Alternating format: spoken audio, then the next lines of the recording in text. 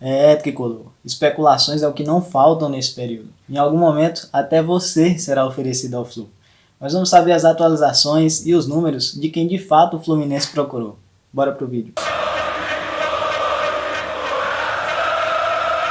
Salve, salve guerreiro e guerreira, eu sou o Branco e sejam bem-vindos à NS TV, o canal que te traz análises, estatísticas e opinião sempre fundamentada a respeito do nosso tricolor.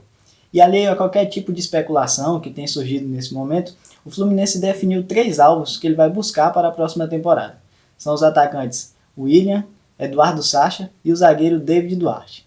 Mas antes da gente dar uma passadinha nos números e as atualizações a respeito desses possíveis reforços, deixa aquele like que ajuda a fortalecer demais e também a sua inscrição, uma vez que a maioria das pessoas que veem os vídeos ainda não são inscritos no canal, então deixa aquela inscrição que é de graça e fortalece demais. Valeu, tamo junto.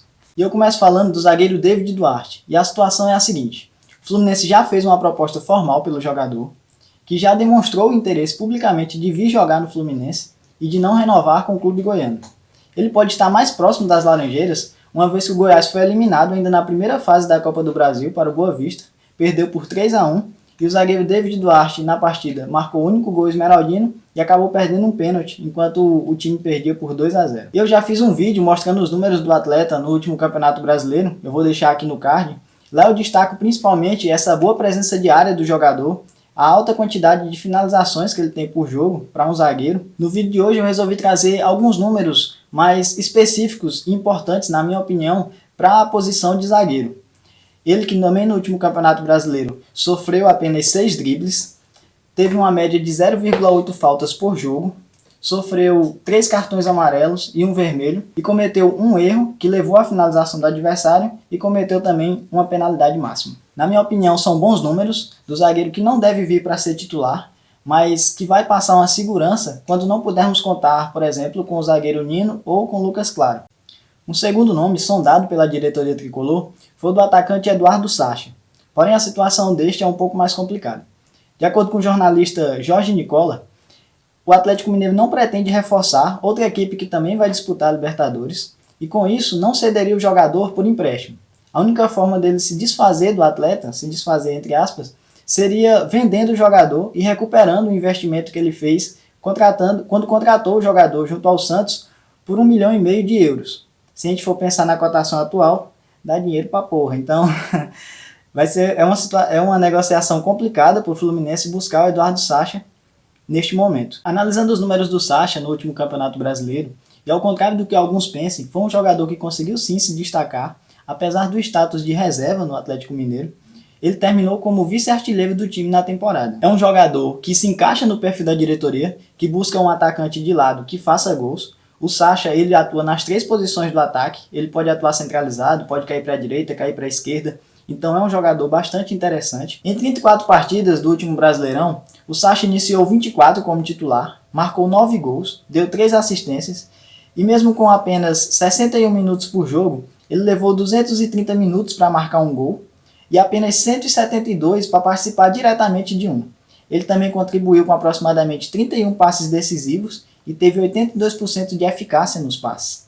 E por mais que talvez não seja a grife esperada pelo torcedor, é um jogador bastante participativo e o qual eu não tenho dúvida de que ele viria para ser titular do Fluminense. E por último, e talvez o mais importante, William Bigode, o atacante que é sem dúvida o principal alvo do Fluminense. A diretoria já procurou o atleta e sinalizou que está disposta a pagar 100% do salário do jogador. E aí são duas as situações.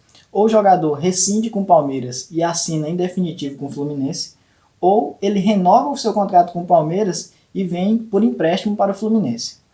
Os principais empecilhos dessa negociação são o fato dele ser um dos líderes do elenco do Palmeiras, ser multicampeão e o principal deles, ter a família bem estabelecida em São Paulo. O Fluminense tem como trunfo o fato de ele vir com status de titular para a disputa da Libertadores. E ao contrário do que a maioria pense, o jogador ele se encaixa na gestão financeira do Fluminense e ele também demonstrou interesse em vir para cá, uma vez que ele tem uma boa relação com o Roger Machado. Eu também resolvi trazer os números do jogador na última temporada, porque apesar de ser aprovado por ampla maioria da torcida, ele também não é unanimidade, principalmente em razão da sua idade. Já tem 34 anos, o torcedor fica com o pé atrás, mas eu resolvi trazer os números aqui do atleta para a gente tentar chegar a alguma conclusão. Assim como o Sacha, o Bigode também é um atacante bastante versátil, que pode atuar nas 3 posições do ataque. No último Campeonato Brasileiro, em 32 partidas, começando apenas 18 como titular, ele marcou 7 gols e deu 4 assistências. Atuando apenas 55 minutos em média por jogo, ele levou cerca de 251 minutos para marcar um gol, mas apenas 160 minutos para uma participação direta para gol. Além das 4 grandes chances criadas, ele também contribuiu com 20 passes decisivos e teve 84% de eficácia nos passes. É difícil não considerar o Willian um jogador bastante importante, mesmo ostentando a condição de reserva do time. Contribuiu bastante o Bigode. E analisando o Willian na última Libertadores, a gente percebe que os números são ainda mais impactantes. Em 10 partidas, sendo apenas 5 como titular, o Willian marcou 4 gols e deu 1 assistência. Isso dá 1 gol a cada 123 minutos e uma participação direta para gol a cada 98 minutos. Fora os 7 passes decisivos e 88% de eficácia nos passes. Sem dúvida foi um jogador muito importante, mesmo ostentando esse status de reserva, foi um jogador que participou bastante e contribuiu muito para o Palmeiras. Enfim, eu não tenho como ser contra a contratação de um jogador como esse, apesar de seus 34 anos. Assim como também sou a favor da contratação dos outros 2 jogadores também citados aqui neste vídeo. Mas aí eu quero saber de você. Você é a favor da contratação desses jogadores? Gostaria de vê-los com a camisa do Fluminense? Você acha que um ataque formado por Eduardo Sacha, Willian e Fred na frente mudaria o status do Fluminense na competição continental? Deixa aqui nos comentários, compartilha esse vídeo aí nos grupinhos do WhatsApp e qualquer rede social que você quiser. Não esquece de se inscrever no canal, que é o que ajuda a fortalecer e a crescer. Tamo junto sempre. Um cheiro e saudações tricolores.